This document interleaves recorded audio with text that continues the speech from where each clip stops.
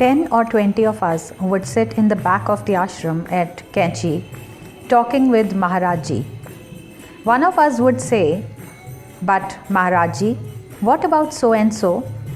asking some question about God or life. Maharaj Ji would start talking and pretty soon everybody would be in tears. Sometimes he would start talking about Christ and start crying himself. He and I never really had much going on the verbal side.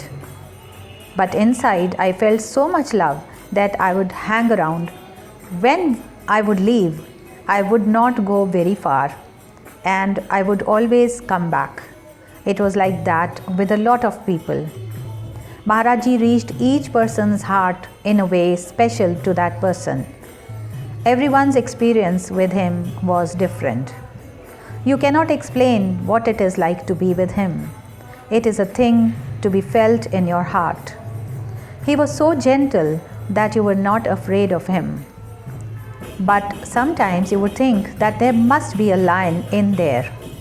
3 or 4 young Western women were at Krishna's birthday. While everyone was singing Kirtan in the temple before Lakshmi Narayan, they went over to Maharaj Ji's window, which was shuttered from inside, and began softly singing a song about the baby Krishna, Devaki Nandan Gopala. After some time, Maharaj Ji opened the shutters and angrily told them to go away and slammed the shutters again. This scene was repeated several times while the young women continued softly singing. Finally, Maharaj Ji again opened the shutters. Only this time he had tears streaming down his face and he listened in a state of bhav for quite some time. हम में से 10-20 लोग कैंची आश्रम के पीछे महाराज जी से बातें करते हुए बैठे होते थे। हम में से कोई भगवान या जीवन के बारे में कुछ सवाल पूछते हुए कहता, लेकिन महाराज जी फलाने का क्या?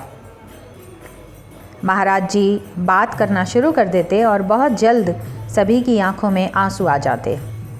कभी कभी वो ईसा मसीह के बारे में बात करना शुरू कर देते और स्वयं रोने लगते। महाराज जी और मैं वास्तव में मौखिक स्तर पर बहुत कुछ नहीं कर रहे होते थे, लेकिन अंदर ही अंदर मुझे इतना प्यार महसूस होता था कि मैं उनके साथ ही रहता था। जब मैं जाता था तो मैं बहुत दूर नहीं जाता था और मैं हमेशा वापस आ जाता था। बहुत सारे लोगों के साथ ऐसा ही होता था। महाराज जी हर व्यक्ति के दिल में उस व्यक्ति के लिए ख़ास तरह से पहुंचते थे। उनके साथ सभी का अनुभव अलग होता था। आप ये नहीं समझा सकते थे कि उनके साथ रहना कैसा होता था। यह आपके दिल में आपके महसूस करने की बात है। वो इतने सौम्य थे कि आप उनसे बिल्कुल भी नहीं डरते थे, लेकिन कभी कभी आप सोचते थे कि वहाँ कोई शेर होगा।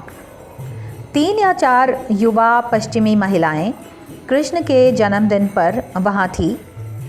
जब हर कोई लक्ष्मी नारायण मंदिर में देवकी नंदन गोपाला कीर्तन गा रहा था, वो महाराज जी की खिड़की के पास गई जो अंदर से बंद थी और धीरे से बाल गोपाल का गीत गाना शुरू कर दिया। कुछ देर बाद महाराज जी ने शटर खोल दिए और गुस्से में उन्हें चले जाने को कहा और शटर फिर से बंद कर दिया। ये दृश्य कई बार दोहराया गया, जबकि युवतियाँ धीरे धीरे गाती रहीं। अंत में महाराज जी ने फिर से शटर खोला। इस बार उनके चेहरे से आंसू बह रहे थे, उनकी आँखों से आंसू बह रहे थे और उन्होंने काफ़ी देर तक भाव की स्थिति में ये कीर्तन सुना।